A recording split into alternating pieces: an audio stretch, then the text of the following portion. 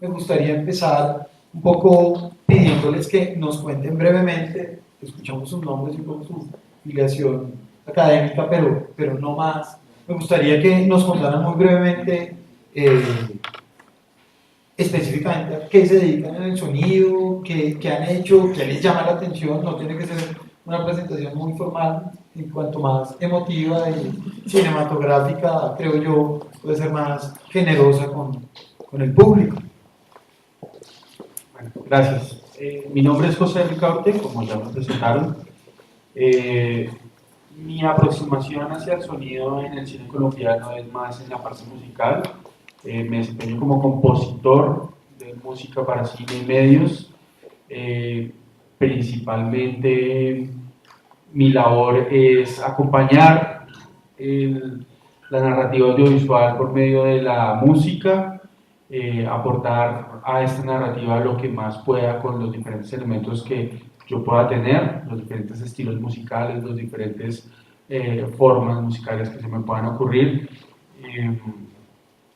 Desde siempre ha sido mi pasión, soy músico concretamente, y la fusión de la música con el cine me ha llevado a replantear muchas cosas de cómo veía yo la música y ver más al sonido como partícipe de la misma creación sonora en todo lo que es una película o un proyecto audiovisual. Y, no sé. Bueno, en proyectos que he estado, varias películas, principalmente últimamente las de Ago García, hemos estado ya haciendo música para eso. Ahorita también otro proyecto que tenemos con Alto Voltaje, una productora muy chévere que está haciendo varias pelis, varios seriados para Caracol, con, eh, nos ha ido muy bien en Caracol y en RCN, sobre todo en Caracol, así, han pasado proyectos muy bonitos que nos han dado como varios reconocimientos que son chéveres. Gracias. Continuamos con Gabriel. Buenos días a todos. Me llamo Ramiro Fierro. Soy miembro fundador de la Asociación Colombiana de Sonido Cinematográfico. Yo estudié cine con la especialidad en sonido en la Escuela Internacional de Cine y TV en San Antonio de los Baños, en Cuba. Y me he desempeñado posteriormente a mi graduación profesionalmente en todas las áreas del sonido cinematográfico, tanto en el sonido directo como en la edición de sonido, en la mezcla. He trabajado tanto aquí en Colombia como en otros países, aquí en Colombia sobre todo, en las películas de Lisandro Duque, en varias películas de Antonio Dorado. Para los de Manuela Beltrán trabajé en la película Jardín de Amapolas, que seguramente la conocen ustedes, ¿no? Hice la postproducción de sonido de Jardín de Amapolas. Bueno, como les digo, me desempeño en todas las áreas del sonido cinematográfico y además soy educador, he trabajado en varias universidades aquí en Bogotá y también en la Escuela de San Antonio de los Baños. Dentro de la Asociación de Sonido Cinematográfico, nosotros tratamos, uno de nuestros objetivos es fomentar el conocimiento acerca del valor del sonido cinematográfico, tanto en las personas que están interesadas en el sonido, como en los productores, en los directores y en general en todas las personas que forman la cadena audiovisual. Buenos días, mi nombre es Camilo Chávez, yo soy maestro de música, pero por cosas de la vida resulté estudiando Audio Technology en Nueva York. Tuve la oportunidad de trabajar en productora sónica haciendo sonido para comerciales. También fui editor en una película de Felipe Arturi. Posteriormente trabajé junto con Manuel Porta haciendo sonido sobre todo para comerciales, pero para cortometrajes. Lo más reciente es series animadas, algunas para Netflix, otras para Cine Colombia. Bueno, y he estado ese ha sido mi contacto con el medio. Bueno, después de esta muy breve presentación de sus trayectorias, ahora sí me gustaría entrar en materia un poco invitándolos a que revisemos el estado del arte, digamos, del sonido en Colombia, en principio a nivel cinematográfico, y luego puede que abordemos otros formatos, digamos, audiovisuales, ¿sí? Y desde que digamos, me invitaron a moderar este espacio, empezaron, digamos, a cocinarse en mi cabeza una serie de preguntas que creo yo son las obligatorias, dado, digamos, el estado actual de la cinematografía en Colombia, ¿sí? Estado actual que resulta bastante prometedor en términos no solo de cifras, sino en términos de reconocimientos, teniendo en cuenta que hace década y media el promedio de películas estrenadas en el país, películas nacionales estrenadas en el país, era bastante inferior al actual, y además, digamos, las formas de producción eran bastante menos diversas e incluso creativas que las del presente. Un poco me gustaría empezar preguntándoles qué creen ustedes que ha, o qué sienten ustedes, ¿sí? Que ha cambiado a nivel específicamente del sonido en la cinematografía colombiana, no solo a nivel de calidad y de procesos, sino también en términos técnicos, pero también creativos, en estos últimos años, digamos, de transformación tan drástica de la cinematografía colombiana. No sé quién quiere empezar. Bueno, gracias. Pues yo me siento en este momento muy orgulloso de lo que pasa en la cinematografía colombiana, sobre todo por una palabra que tú dijiste que es diversidad. No tener como las dos películas de autor que teníamos anteriormente, sino tener de verdad cine que intenta ser comercial y que trata de pensar en el público que va a ser. Pero eso ha sido, yo tengo que admitirlo, además porque lo he visto y he hablado con las personas, eso ha sido una política de Estado. Eso es una política, una apuesta que Colombia, a través de su legislación, a través de sus apoyos, a través del Fondo del Desarrollo Cinematográfico y el Consejo Cinematográfico, los que toman las decisiones, ellos han decidido dar esa apuesta. Y es indudable que este arte, como todos los artes, requieren ese tipo de apoyo para poder generar frutos reales, frutos tangibles, cosas que podamos nosotros ver y que podamos ver y vemos como a través del tiempo estos frutos ya, o sea, uno ve como de verdad están mejorando, pero requiere como de mucha maduración, de que pase el tiempo y vaya evolucionando al tiempo que estamos viviendo hoy.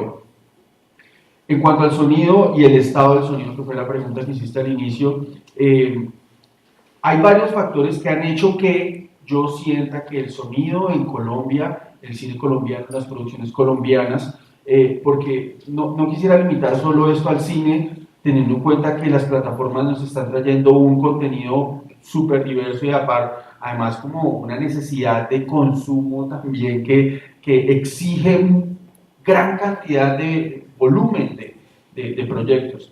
Entonces, el sonido, yo creo que la tecnología ha ayudado mucho para que podamos hacer un sonido más eficiente, que suene mejor, es redundante, pero pues un sonido más bonito, a un costo que en Colombia podamos desarrollar. ¿Sí? Antes no se podía porque requeríamos estos super estudios, esta super infraestructura, entre comillas, porque siempre lo importante, hay que resaltarlo, es el indio, como dice el refrán, no la flecha. Pero eso ha apoyado mucho a que las cosas ya hayan mejorado en ese aspecto, no solo en la parte del sonido, sino en mi área, en la parte musical. Y poco a poco siento que se le está dando el valor. El valor no es solo económico, sí, el valor. Económicamente nosotros necesitamos pues un presupuesto para poder laborar, pero el valor que la producción tiene que darle al sonido y a la música es en tiempo, saber que toma tiempo, saber que no es una cosa que yo lo hago de un día para otro, y tener series como las que están pasando hoy en día, tener seriados que llega a Netflix o Amazon Prime o YouTube Red, todas estas nuevas plataformas llegan con unas estándares que traen de Hollywood principalmente, o de otras producciones, y dicen, nosotros necesitamos este estándar para poder tener estas series en nuestras plataformas. Entonces hace obligatorio que la producción acá en Colombia se tenga que ajustar a eso, y obliga a que la producción colombiana genere esos estándares. Un ejemplo concreto: hay una serie que está pasando en este momento que produce Caracol para Netflix, que Caracol nunca tenía en su figura el supervisor musical. No lo tenía. Ellos decían, no, pues, supervisor no, el productor organiza toda la supervisión musical.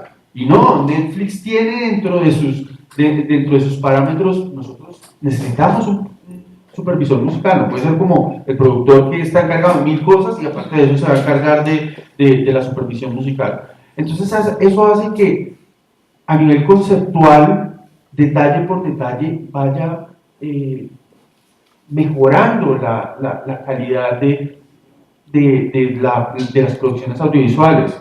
Y así mismo entonces dicen los de Caracol, ya todo el mundo, como somos un gremio grande pero chiquito, en últimas nos terminamos conociendo mucho, nos damos cuenta como, listo, entonces Caracol hizo esto, y ahorita llega la serie de HBO que produce Rayuela, y dice, no, ya como entonces Caracol está haciendo esto, entonces también HBO obliga y contrata un supervisor de toda la cosa, para que ellos van a ser los del sonido, ellos van a ser los de la producción musical. Entonces, cuando se le da el valor, se le da el tiempo, y se da el valor al profesional y se dice, no, es que yo necesito un experto para que haga eso, es un experto del sonido, es un experto de la música, es un experto en supervisión musical, no termina siendo la persona que hace de todo, y eso definitivamente hace que un proyecto colaborativo como es una producción audiovisual sobresalga inmensamente. Bueno, muchas cosas, pero...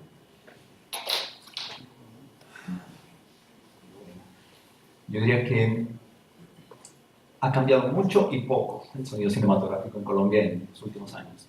Y quiero traer a colación que en Colombia, en el cine colombiano, siempre ha habido buen sonido. Tal vez poco, pero siempre ha habido buen sonido. Sino que a veces colocamos una venda delante de nuestros ojos y creemos que el cine colombiano empezó en el año 2000, 2002, 2003, 2004, ¿no? con la ley de cine, con el Fondo para el Desarrollo Cinematográfico, pero no. Colombia tiene una tradición cinematográfica más larga que eso, ¿no? Está, por ejemplo, las muchas importantes películas de Focine en los años 80 y principios de los 90. Y si uno ve las películas de Focine, uno encuentra que había un sonido bueno, había un sonido estándar, al estándar de ese momento, que es diferente al actual, pero había un sonido bueno. Muchos dirán en esa época, ustedes no, pero tal vez sus padres, sus tíos dirán, pero en esa época el sonido de las películas era muy malo. No era tanto por la gente que hacía el sonido, por la gente que hacía las películas, la calidad intrínseca de la película, sino más por la calidad de la proyección. Que eso ha cambiado el tono, y ahora se ha estandarizado un poco más la calidad de la proyección. Pero volviendo al tema de qué tanto ha cambiado, mucho y poco, digo yo, porque aunque sí hay producciones cinematográficas colombianas que tienen una buena calidad técnica y artística en el sonido, hay muchas que no. Y aunque uno diría, la democratización de los medios tecnológicos, naturalmente haría que la calidad suba, no, eso no ha ocurrido y no creo que vaya a ocurrir. La democratización de los medios tecnológicos puede ayudar en parte, pero lo que más importa es la formación no solo de la gente que hace sonido, sino de los productores y de los directores. Una formación que no solo mira hacia el aspecto técnico, sino sobre todo debe mirar al aspecto artístico, al aspecto narrativo. Nosotros, los que hacemos películas, somos contadores de historias, somos narradores. Todos, no solo el director y el guionista, el productor, el fotógrafo, el sonidista, el editor de sonido, el director de arte, todos estamos contando una historia, y eso es lo principal, eso es lo más importante. Entonces, un poco lo que dijo José, aquí lo que ha faltado y lo que falta es una industria cinematográfica. El ejemplo que diste es muy bueno acerca de las series. ¿Qué está obligando, por ejemplo, en el caso de las series, a que los productores se pongan un poco más pilas a tener estándares artísticos y técnicos internacionales? Que desde afuera, una industria los está obligando. Pero en el cine colombiano no ha ocurrido eso. El cine colombiano no se ha industrializado, no ha alcanzado un nivel de desarrollo industrial, ni tampoco ha tenido contactos importantes con otras industrias, con las industrias, por ejemplo, Hollywood de México o de Argentina, cuando tenía industria, no la ha tenido. Y de alguna manera entonces vivimos en una burbuja donde todavía creemos que lo estamos haciendo bien o que como lo hacemos está bien, o que si la película suena, se entiende y suena, está bien. No hemos logrado tener de verdad un nivel industrial. Desafortunadamente es una falla de nuestro sistema y de nuestro sistema, me refiero también al sistema de apoyos al cine colombiano, que el SENAC, el Consejo Nacional de Cine y el EPC no han podido impulsar un desarrollo de la industria cinematográfica y dentro de esa industria entonces del sonido cinematográfico. Pero bueno, nosotros me refiero a las asociaciones profesionales del cine, la ADCC, la Asociación de Sonistas, la Asociación de Fotógrafos, la Asociación de Editores, estamos trabajando justamente para tratar de impulsar un desarrollo profesional e industrial de nuestra cinematografía. Que no se quede en que una o dos películas tienen un buen sonido técnicamente y artísticamente, sino que el promedio de nuestras películas tenga un buen sonido técnicamente y artísticamente, que nuestras películas se cuenten a través del sonido. Bueno, mi experiencia, yo lo que podría decir o agregar a lo que ya han dicho, ¿cierto? Es que, bueno, por un lado, estamos enfrentándonos a estándares técnicos, ¿cierto? Tecnológicos como los que han señalado Netflix, HBO y bueno, Dolby. ¿Sí? Todos estos estándares, desde el punto de vista de la ingeniería de sonido, lo que aseguran es que el sonido que se trabaja en el estudio, ¿sí?, se traduzca bien en las salas de cine. Si las condiciones físicas de infraestructura, eléctricas, de disposición de los elementos dentro del estudio no son los ideales, lo que puede pasar es que suene diferente e incluso mal en la sala de cine. Entonces lo que yo creo que está pasando, ya lo he visto en varios estudios, mencionaron un poco, obviamente en la Javeriana está el ático, con un poco más, como hace muchos años ya, Productora Sónica tenía ya la certificación Dolby para codificar Dolby acá. Bueno, y así muchos otros han venido asumiendo las condiciones técnicas como algo que en realidad va a aportar al sonido del audiovisual. En ese sentido, yo veo que desde el punto de vista técnico se puede descansar y así enfocarse en lo principal, como decía el maestro, es contar historias. Y importante también lo que su merced dijo, ¿cómo es su nombre? José. José, cuando ya hay una cultura en la que no es el productor el que hace todo, sino hay gente especializada, hay gente que sabe de diseño, que sabe de edición, que sabe de mezcla, ¿sí?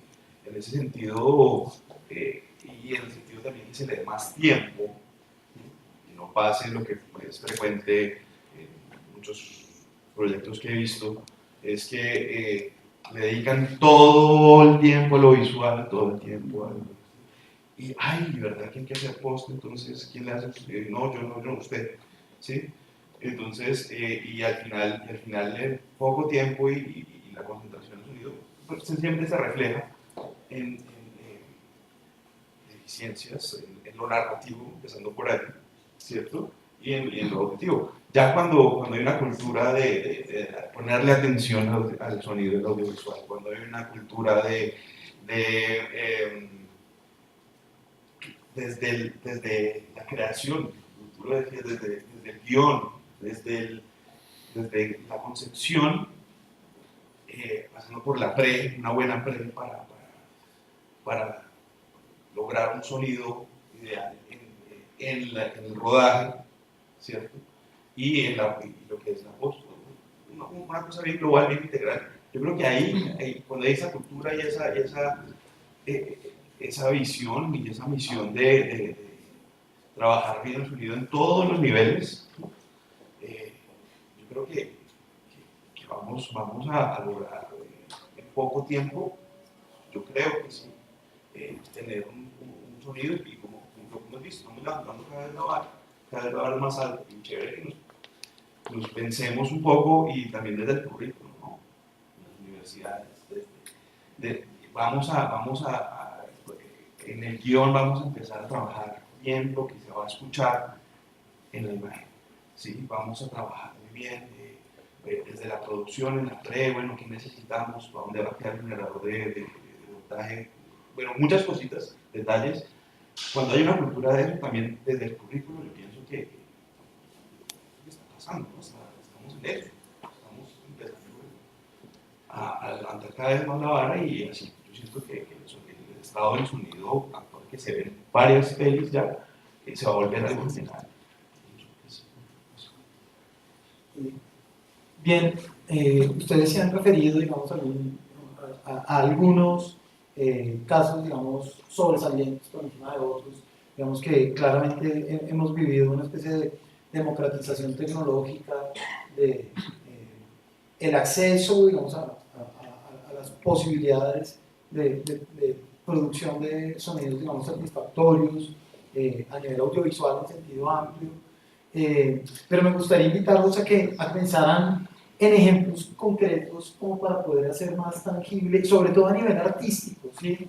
Se han referido todos, digamos, a digamos, implementaciones técnicas, pero automáticamente eso ha conducido a que también piensen sobre todo en el componente dramático, narrativo y artístico de algunas obras. Me gustaría que, no sé, seleccionaran algunas. Yo pienso, para el caso latinoamericano, creo que hay un referente obligatorio a nivel sonoro y es Lucrecia Martel, que es una directora argentina que las pocas veces que he tenido la fortuna de escuchar, y las muchas que la he seguido en conferencias que dicta en YouTube y demás, o que están subidas en YouTube, hace, digamos, unas apreciaciones sobre la forma en que ella desde la dirección entiende el sonido, tanto que ella insiste, yo puedo cambiar de director de fotografía entre películas, pero no de diseñador sonoro, que me acompaña, digamos, transversalmente durante todo el proceso. Y uno también escucha a algunos directores colombianos. Agradezco mucho que tú hubieras señalado que, digamos, no es privativo del presente una cierta preocupación por el sonido. Yo creo que coincido contigo, cierta cinematografía desde Focine hasta nuestros días, incluso atrás, digamos, ya se ocupaba del sonido como un objeto, como un material, digamos, artístico. Yo pienso en el presente, en colegas, gente cuyas películas he visto y he disfrutado mucho también desde lo sonoro. Felipe Guerrero me parece que es alguien que asume el sonido desde una perspectiva muy experimental. Oscuro Animal, su primera obra en la ficción, o Con Violencia, Jorge Forero también creo que trabajó muchísimo, digamos, la concepción sonora, y cuando él se refiere a su película así lo delata. Me gustaría invitarlos a que, no sé, desde un ejemplo o desde una serie de ejemplos nos contaran cómo ustedes ven, digamos, casos afortunados, no solo recientes, de, digamos, exploración artística del sonido en el contexto del cine colombiano. Claro, no, pues referentes hay muchos. Y hoy en día tenemos unos diseñadores sonoros, unos expertos que traen pues mucha experiencia, ¿no? Traen sobre todo experiencia me parece que tenemos que cultivarnos, y ahí me incluyo más de pronto la experiencia de nuestro propio cine. Me hace falta esa formación, pero yo tengo que resaltar, hay varios proyectos, por ejemplo, Andrés Beltrán en el 2016 hizo Malos Días y el sonido lo hicieron en la web, un estudio. Ese sonido estuvo muy chévere, una aproximación que fue muy fusión de algo que pasa muy frecuentemente entre la música y el sonido, porque pues la música y el sonido se hicieron en el mismo estudio, entonces, pero así fue pensado. Y yo conozco al compositor y a los sonidistas, y él es muy fan de Alfred Hitchcock, y esa concepción de Hitchcock del sonido, que incluso sin necesitar música llame a su compositor Bernard Herrmann, así mismo lo tiene concebido en cierto nivel el diseñador sonoro y su partner que es el cineasta ahorita, que es Andrés Beltrán, que pues vamos a tener un tiempito sin películas porque lo cogieron las series.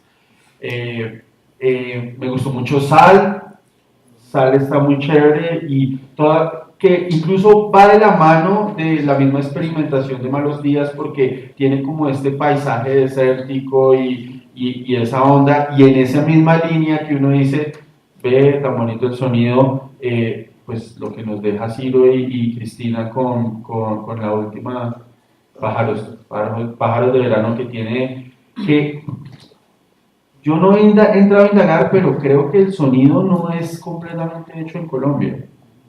La realización es acá, pero la postproducción eso fue por todos lados.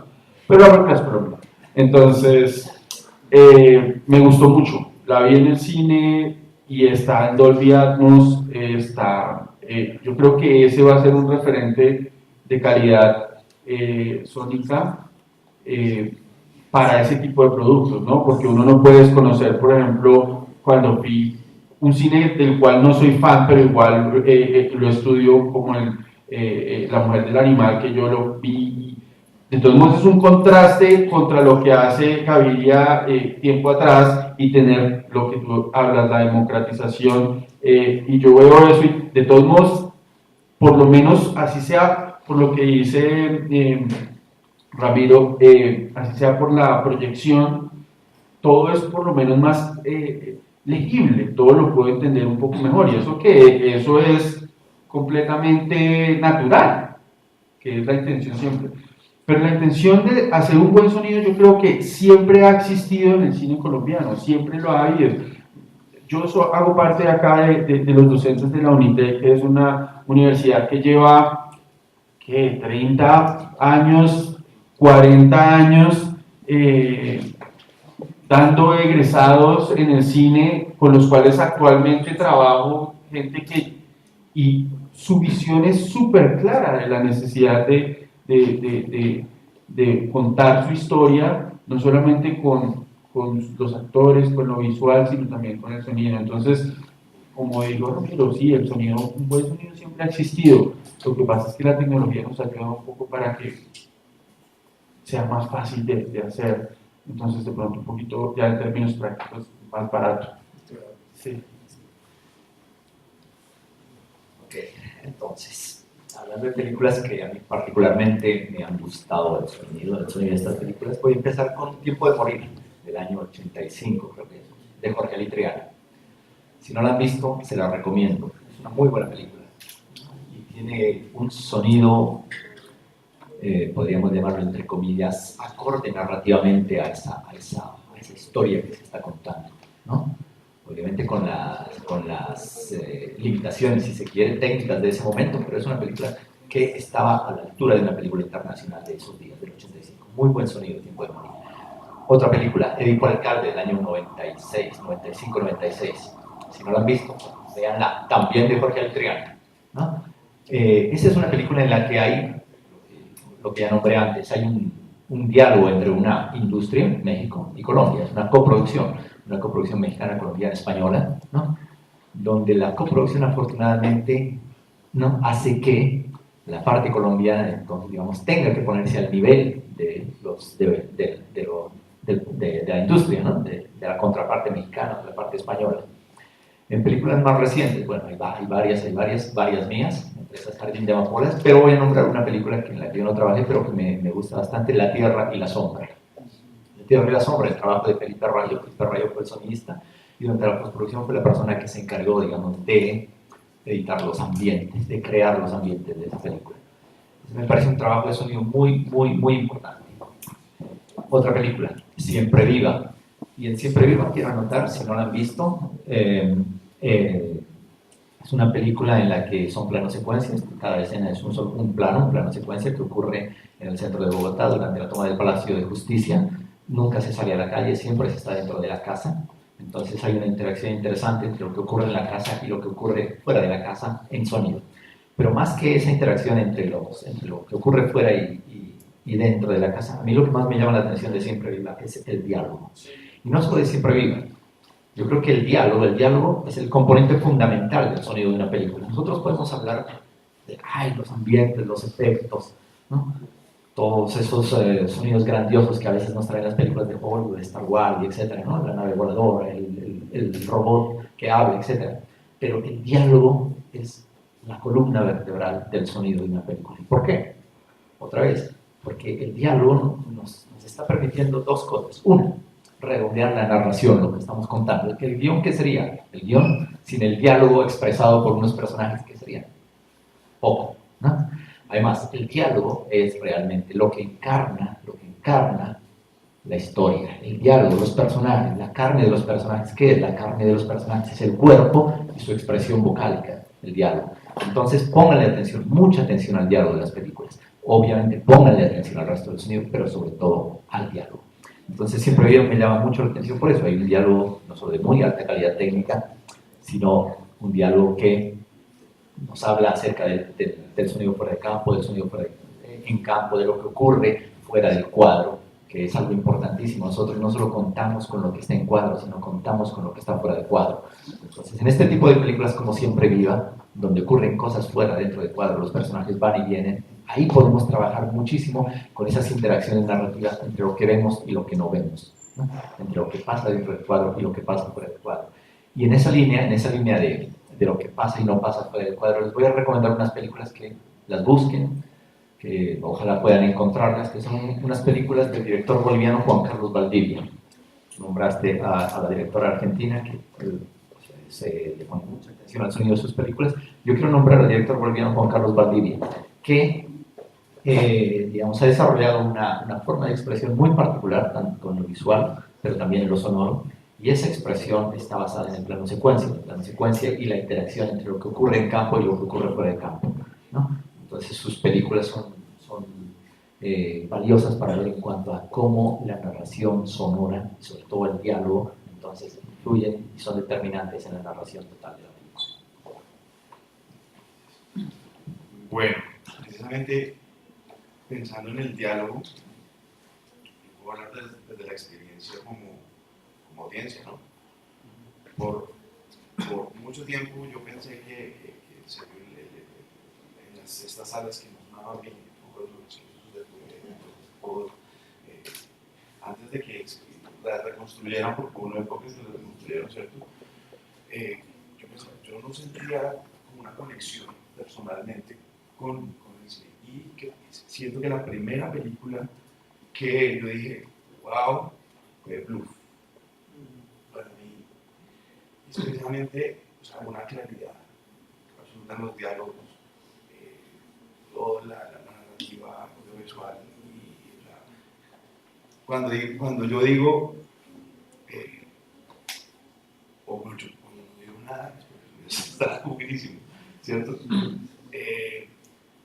Y bueno, más recientemente una peli que uy, qué bueno sonido, creo que también es el caso que la postproducción le hicieron fuera, no estoy seguro, es Los Nadie.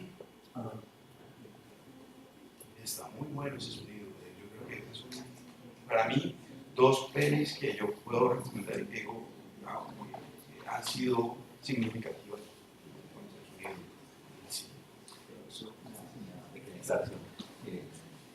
Cuando digo que el diálogo es la parte, es la columna vertebral del sonido cinematográfico, no estoy diciendo que la música no sea importante. Y lo que pasa es que yo, cuando digo sonido cinematográfico, siempre me refiero a diálogo, ambientes, efectos, etc., y no a la música, porque la música la considero, digamos, un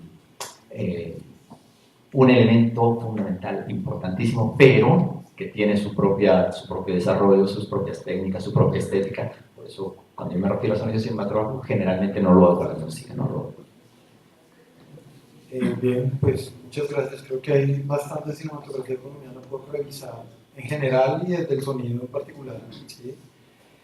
Y quiero digamos, servirme de algunas de las observaciones que dispersas, digamos, reconozco que igual son recurrentes en sus participaciones y tienen que ver, digamos, con empezábamos ahorita, tú señalabas eso al principio, José, bien, estamos hablando de cinematografía, pero hoy ya habría que hablar de audiovisual en sentido, digamos, más amplio, hay que hablar de plataformas diversas, de formas de ser espectador, ¿sí? Uno puede ver por fragmentos una película ya en pantallas muy diversas, aunque las películas estén diseñadas para ser visualizadas en ciertas condiciones, cierto tipo de productos audiovisuales, digamos, de más corta duración, puedan ser pensados para otro tipo de pantallas y de experiencias de visualización.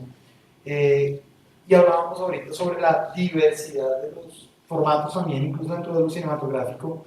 A mí me gustaría preguntarles a ustedes que, así como han vivido, digamos, la transformación de la cinematografía durante estos últimos años en el contexto colombiano, también han tenido que vivir también seguramente la transformación tecnológica que de alguna manera ha sido coincidente o contemporánea a esta transformación cinematográfica. Y me gustaría preguntarles ¿cómo han vivido ustedes, favorable, pero también dolorosamente, no sé, digamos, la irrupción de las tecnologías digitales y la transformación de los formatos y las formas del consumo desde el sonido? ¿Cómo eso ha afectado también o diversificado las formas de la producción en sus casos particulares?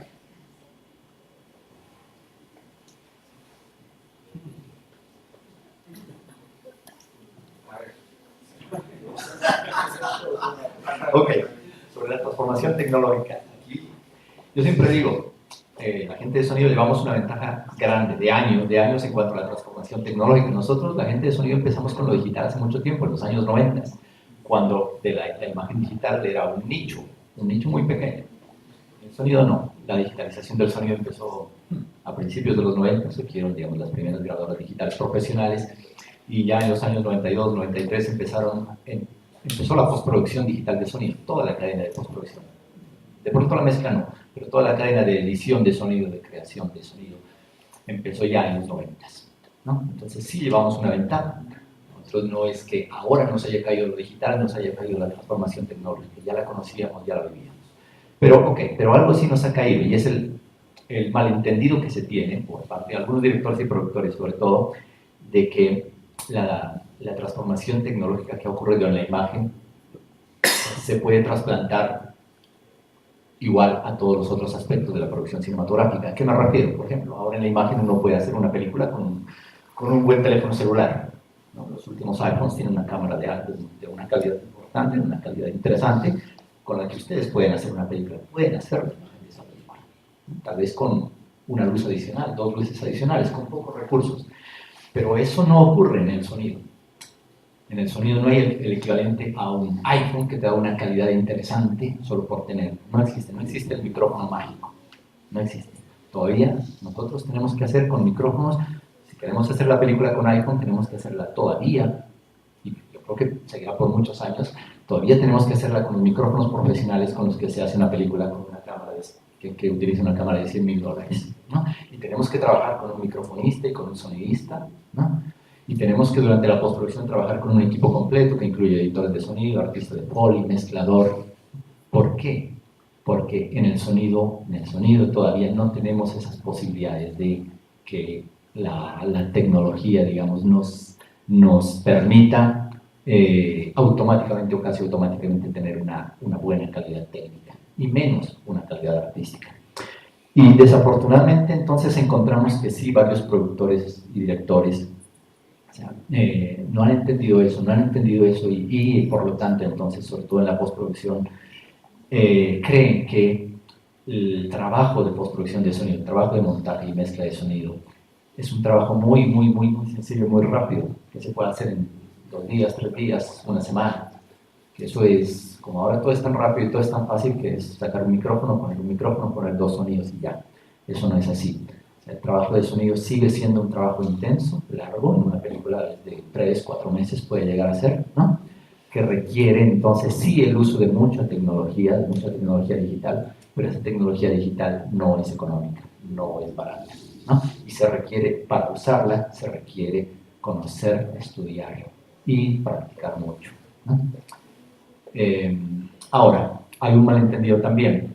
Hay unos formatos, obviamente está el formato cinematográfico, la sala grande de cine, está el televisor, está la computadora, está el celular, y en el celular nosotros podemos estar viendo una serie web, ¿no?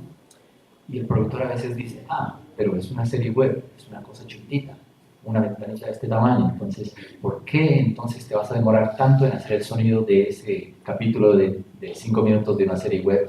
¿O por qué ese sonido de esa serie web de 5 minutos cuesta tanto?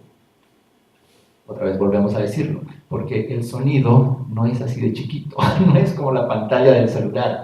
El sonido en una serie web o en un producto cualquiera para las nuevas plataformas es igual de demandante técnicamente y artísticamente que hacerlo para una pantalla grande. El tamaño de la pantalla no implica una diferencia en la calidad y en los retos técnicos y artísticos que se requieren en el sonido. En la imagen tal vez sí.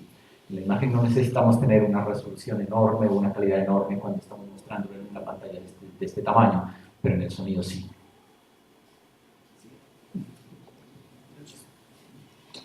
Sí, lo chistoso es que a pesar de que es así en el celular, lo graban con la red 4K, en fin, pero sí, lo que dice Ramiro tiene toda la razón, el sonido. Y voy a dar un ejemplo muy chistoso que me pasó hace poco, por favor, para los amigos productores en sus futuros trabajos.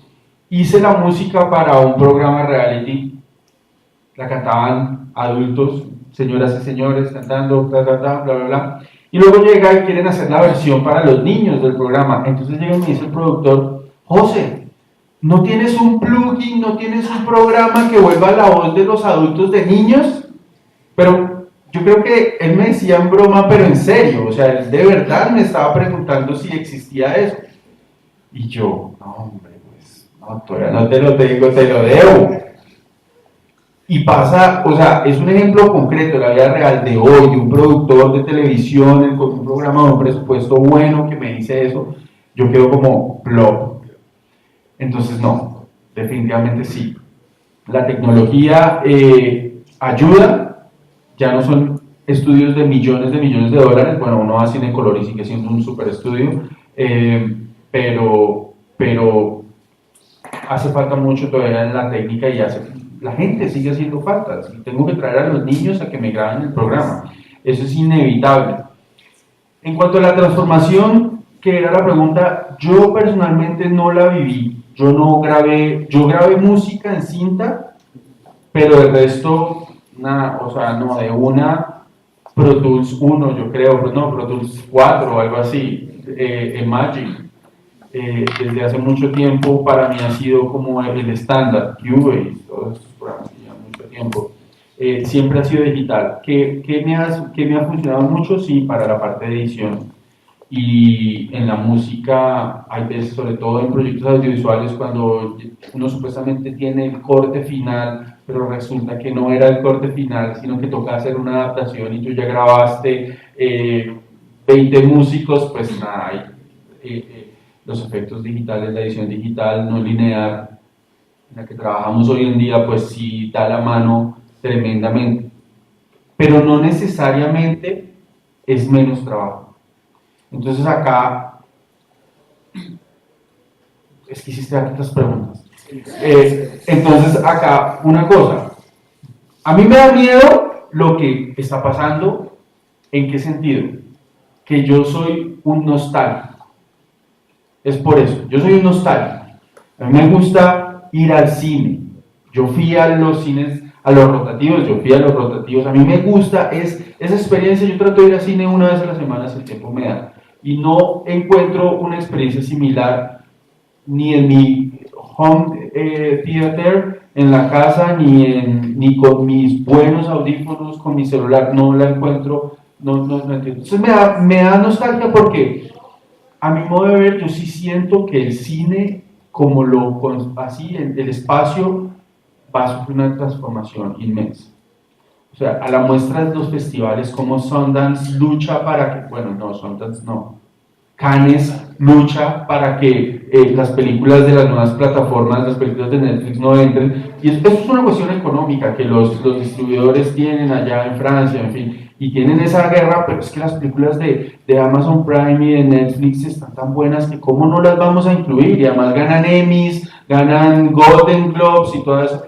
Entonces a mí me da nostalgia eso, y Netflix definitivamente ellos tienen, y todos estos, ellos tienen ahí clarísimo que a mí no me importa que lo presenten en el cine, si lo presentan en el cine bien, pero no, lo mires en el celular, en el tablet, en el Smart TV, lo que sea. Entonces me da esa nostalgia. Eso no me da la nostalgia por el espacio, pero siento que el sonido y la calidad se va a mantener.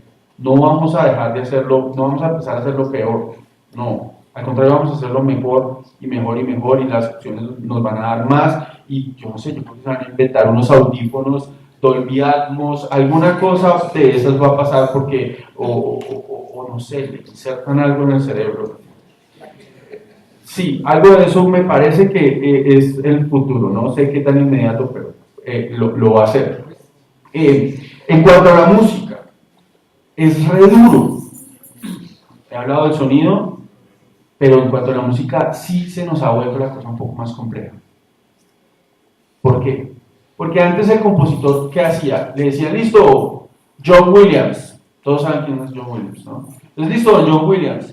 Llega Steven Spielberg y le dice, necesitamos la música, te la tengo. El man coge, hace su partitura, se sienta en el piano y listo. Steven Spielberg la entendía y sabía que esa era la música. Entonces, iban y la grababan, iban y contrataban al orquestador. El orquestador lo ponía para el score, lo grababan y ya. O sea, John Williams, facilito, solo hacía la partitura, genial. Ahora entonces llaman a cualquiera de los compositores modernos, digamos uno colombiano, Daniel Velasco, mi amigo Daniel. Dani, necesitamos la música para esta otra película. Bueno, Daniel empieza a hacer el score, pero los productores quieren escuchar a ver cómo va sonando, entonces toca empezar a hacer las maquetas. Y las maquetas toman mucho trabajo de hacer. Entonces, ¿estamos haciendo qué? Estamos haciendo la composición, pero estamos haciendo un trabajo de arreglos, estamos haciendo un trabajo de producción, haciendo maquetas. Aparte de eso, luego tenemos que pasar y ya como tienen las maquetas, pues uno mismo hace las partituras. Pues no. Y eso me acabo de dar cuenta en este instante. Ayer que tuvimos la premiere de una nueva música original de la película Metrópolis que le hicimos con Musine, cómo sufrimos haciendo esas partituras. Y dijimos, no, esto no puede volver a pasar. Necesitamos copistas, necesitamos orquestadores, o sea, es que es una cosa monumental.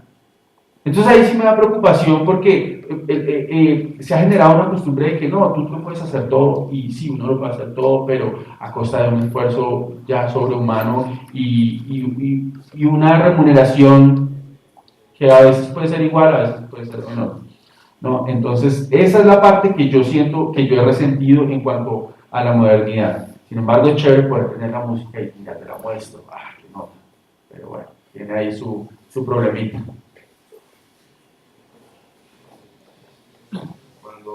Cuando yo empecé a hacer sonido, yo empecé con cinta de 2 pulgadas y consolas análogas y todo este cuento, pero al mismo tiempo estaba ya el Pro Tools. ¿Cierto?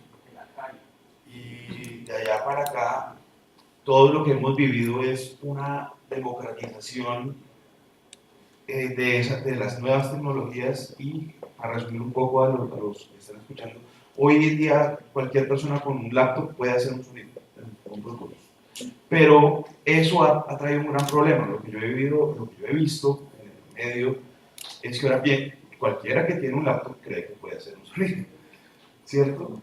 Entonces, si se había hablado en algún momento que no es la flecha sino el indio, ¿cierto? Hay entonces mucha sabiduría en ese dicho, ¿no? O sea, las flechas las hacen en la China y traen 10.000 flechas, ¿cierto? Y entonces, ¿a dónde están los indios que las saben manejar? O sea, cualquiera coge y hacen tiros de pronto menos certeros, menos, ¿cierto? Pero están los que tienen la escuela, los que tienen saber y hacen cosas bastante buenas, ¿cierto? Entonces lo que yo viví es eso, lo que yo viví fue la democratización. Entonces mucha gente haciendo muchas cosas, unas cosas mejores, unas cosas buenas, ¿cierto? Básicamente, ¿qué pasa ahora? Como hay tanta gente haciendo, ¿qué es lo que sobresale? ¿Cierto? ¿Qué es lo que uno dice, wow, dónde está el sonido, dónde está el estado del arte del sonido, ¿cierto? Es precisamente personas que tienen escuela, que contemplan o están enterados de la tradición de la producción de sonido de, no sé, Francia, Estados Unidos, bueno, hay varios lugares en el mundo, Alemania, que tienen tradiciones de saber hacer las cosas, de saber poner un micrófono, de saber cuadrar los niveles digitales, de saber toda una cantidad, hay muchos saberes que se involucran en la producción del sonido, en el sonido audiovisual de todo. Entonces, los que tienen los que mandan la parada, básicamente son los que saben. Entonces, sí, está bien, todos podemos hacer, pero yo creo que hay que volver a mirar hacia los maestros, hacia los que tienen la tradición y revisar ese tipo de cosas para como, creo que trascender un poco ya esta democratización que viene ya hace más de una década, ¿no? Entonces, siento que estamos precisamente en un momento de volver como a las raíces y bueno, ¿qué podemos hacer? Eso es lo que yo he vivido. Lo que dijo Camilo me hizo recuerdo de un ejemplo que yo a veces doy, y es sobre eso de la democratización, ¿no? La escritura, por ejemplo, la escritura está democratizada hace mucho tiempo, los medios para escribir. Todos podemos tener una libreta, un lápiz, un bolígrafo, y escribimos todos los días, pero ¿cuántos de nosotros somos novelistas, cuentistas, poetas, guionistas? ¿Cuántos de nosotros de verdad entonces podemos hacer de esa escritura un arte o un medio de comunicación? Pocos. La mayoría lo utilizamos para fines prácticos, y así también ocurre en el audiovisual. Esa democratización ha hecho que muchos de nosotros entonces para fines prácticos podamos tomar unas fotos decentes, hacer un video decente para nuestra página web, para nuestro YouTube, para nuestros seguidores, ¿no? Para nuestro Facebook. Podemos hacerlo. La democratización sí permite eso. Una comunicación instantánea entre grupos, ¿no? Entre grupos pequeños o grupos más amplios, ¿no? Pero eso no quiere decir que todos seamos fotógrafos, que todos seamos ahora entonces buenos videastas o cineastas, que todos seamos músicos porque tenemos también un teclado en el computador, ¿no? O que todos podamos hacer un sonido cinematográfico adecuado, ¿no? Profesional, que cuente algo, que al espectador le diga algo. Y ahí creo que sí debemos anotar que mucho depende de la formación, que de pronto hay una falla en la formación, que tal vez estamos, pienso yo, descuidando la formación especializada en el cine, ¿no? Que cuando nosotros formamos personas que saben hacer de todo un poco, un poco de dirección, un poco de producción, un poco de guión, un poco de fotografía, un poco de sonido, ¿no? Estamos recalcando, tal vez formando personas que saben hacer un poco de todo y pueden ser eficientes en algunas cosas como sus videos de YouTube o sus videos propios, pero que no pueden despegar tanto, no pueden volar tanto si quieren ser fotógrafos, si quieren ser sonidistas, si quieren ser editores de sonido. No pueden volar tanto, no pueden llegar allá y alcanzar esos niveles artísticos y técnicos que una cinematografía o un industrial o una cinematografía que quiere contar cosas interesantes necesita. Hola, aquí. Esa muchacha. No, es que me acordé de dos cosas. Una es una pregunta que quiero dejar y la otra es con respecto a lo que tú dices de la educación. Yo tuve el placer total de trabajar con Mario Rivero en una producción y hablando así de cosas, él me decía como, cuando yo estuve en Moscú, imagínate, en los 60, yo no sé cuándo habrá estudiado él en Moscú, el afán de nosotros jóvenes era como conocer la tecnología. En los 60, él me decía, nuestro afán era la tecnología, y nuestros maestros nos cogían y nos decían, no, espérese un momento, la tecnología no importa, o sea, hoy es Pro Tools, mañana quién sabe, ¿sí? ojalá siga siendo Pro Tools, pues, que ya lo compramos, ¿no? O Avid, lo que tengan, pero el maestro tiene, o sea, tiene toda la razón. Entonces la formación tiene que ser a lo conceptual, generar de verdad no sé si esto esté bien, pero como un carácter conceptual, como que la gente tenga claro los principios de su oficio, ¿sí? Eso por un lado. Lo otro que quería decir era, con una productora ganamos un premio de Mintic, algo que da miedo y es algo de la tecnología de hoy en día. Ganamos un premio de Mintic para hacer una serie. No les digo mentiras, al día, como a la semana que nos ganamos el premio, nos llamó una compañía de desarrollo de animación de Malasia, sí, de Malasia, a ofrecernos los servicios. Eso es hoy en día. O sea, que tú te ganas un concurso y ellos saben que tú tienes en tu cuenta algo de plata y que pueden tener ahí sí como dicen cruelmente en las series, a los niños en Malasia haciendo desarrollo de animación por 2 pesos. Sí, no, tal cual. Entonces, mantener la responsabilidad es una cosa compleja en este gremio, sobre todo cuando terminas tu proyecto y nos enfrentamos a la postproducción y ven la cuenta y dicen, no, estamos en saldo rojo. Eso pasa siempre, ¿no? Nada más porque somos postproducción. Música y sonido. Bueno, sonido tiene la parte de producción. Estamos en saldo rojo, y cuando estamos en saldo rojo, ahí yo me pregunto como, bueno, ¿qué hacemos? No tienen ya plata, pero el proyecto hay que terminarlo. Esa es mi pregunta, ¿qué hacemos? Es una pregunta que tengo en el corazón que todos los días me hago. ¿Qué hago? Hay que terminar ese proyecto, pero ya no tienen plata. Es decir, o sea, así. Lo veo yo porque estoy ahí en el proyecto, ya no hay plata. ¿Qué hacemos? Entonces, resulta el de todero haciendo lo que no debe y el producto final, que tanto esfuerzo tuvo, que no tuvo la necesidad de contratar a las personas en Malasia, sino que lo hicieron colombianos, termina deficiente, inevitablemente. Bueno, estamos como cortos de tiempo, muy tristemente, porque hay muchas cosas sobre las cuales hablar, y una que me inquieta mucho, y varios de ustedes la han tocado, es el lugar de la escuela dentro de, digamos, los procesos de formación en este marco, digamos, democratizado de los oficios y las herramientas tecnológicas, y esa pregunta nos llevaría a muchas otras más. Pero el tiempo apremia, tenemos además ahorita un par de ponencias. No quiero que la cosa se cierre de una manera tan vertical, me gustaría invitarlos, si alguien tiene alguna pregunta como para cerrar con un carácter algo más dialógico y menos magistral, ¿sí? Esta presentación, esta charla más bien, los invito a que se tomen la palabra y les formulen a los invitados una pregunta. A ver.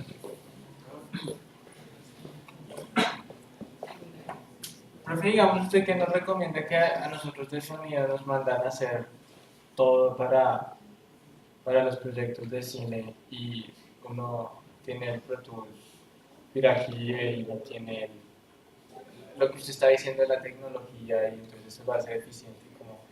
¿Cómo lo movemos ahí nosotros en nuestro ambiente tras de que sí hay una exigencia académica y la proyección pensando en nuestra universidad de que la calidad es el cine, y entonces que sea bacano y uno dice, pero entonces sí, ¿cómo nos podría, o ustedes saben algo que nos pudieran aconsejar entendiendo pues nuestro pequeño budget ante las expectativas académicas?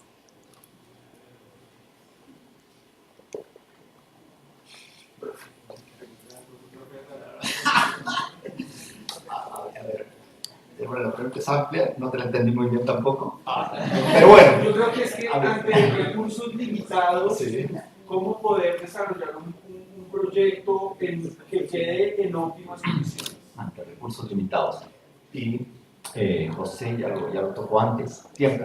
El tiempo es muy importante, es importantísimo. Tal vez ustedes han escuchado hablar de un triángulo que existe, no es el bueno, bonito, barato, pero se parece. Es tiempo, presupuesto y calidad. No puedes tener las tres cosas. Si quieres calidad, necesitas presupuesto o tiempo, ¿no? Pero no puedes tener las tres cosas juntas. No puedes esperar calidad, rápido y barato. Entonces, el tiempo es importante, que tenés tiempo para hacerlo. Pero mi principal recomendación es para las personas que les interesa el sonido cinematográfico, que obviamente sigan aprendiendo de técnica, aprendan el Pro Tools, aprendan el uso de los micrófonos, aprendan todo eso, pero ante todo miren mucho cine, miren muchas películas. Y en principio no prestándole tanta atención al sonido, sino prestándole a la narración, a cómo se cuenta la película. Y también ahí poco a poco prestándole atención a cómo se está contando esa película sonoramente, cómo el sonido está aportando esa narración, ¿no? Pero sobre todo, tiempo. Cuando los otros recursos faltan, entonces el tiempo. Y mirar mucho cine, leer mucho acerca del sonido cinematográfico y ir a la sala unas, dos veces a ver la película, una vez fijarse en la narración y otra vez en el sonido o las dos juntas. Sí, ahora que me acordé que mencionaste La Tierra y la Sombra, que sí, el sonido es impresionante. Sí tuvieron seguramente tiempo para hacerlo bien y técnica. Acá tengo varios estudiantes de la Unitec y me conocen y yo soy una persona práctica. Entonces sí, es que no hay tiempo porque es para mañana. No, pues sí, hay 24 horas. ¿Sí? Ahí está el tiempo, no, pero es que no duerme. O sea, yo soy una persona práctica. Las cosas, nada, si tú adquiriste el compromiso, tienes que hacerlo. Ya hay el error de muchos de nosotros es no negociar bien. Y es que uno no solo negocia plata, uno también negocia tiempo. No, esto es imposible para el tiempo que tú me estás diciendo, no lo puedo hacer. Entonces tú y tú calculas más o menos en tiempo cuánto te vas a gastar. Si no tienes el RX7, entonces cuánto te vas a demorar limpiando a punta de ecualización o yo no sé cómo lo hago. ¿Sí? Entonces, tiempo, lo que dice el amigo, pero definitivamente sea como sea, el producto tiene que quedar chévere. O sea, es algo fundamental. Si adquieres el compromiso, es algo que se termina y termina bien.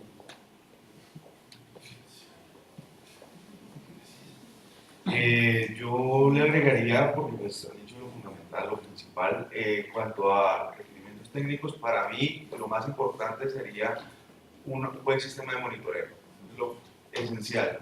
Unos audífonos que tengan una respuesta en frecuencia de 20 a 20 kHz, de 20 Hz a 20 kHz, con unos audífonos decentes por lo menos podrías escuchar todo lo que está contenido dentro de la banda sonora. Entonces allí, y lo que dice el profe, con esos mismos audífonos mira mucho cine, ¿cierto? Eso sería lo que yo podría recomendar. Bueno, tenemos que cerrar. Muchísimas gracias a los invitados. Podríamos seguir charlando acá, sin lugar a dudas, de estas cuestiones tan relevantes sobre el sonido. Nada, les agradezco muchísimo por su presencia y a ustedes también por la asistencia. Creo que la invitación es clara: vean cine, ¿sí? Escuchen cine. De alguna manera, si no hay cinefilia, difícilmente puede haber creatividad, ¿sí? Muchísimas gracias.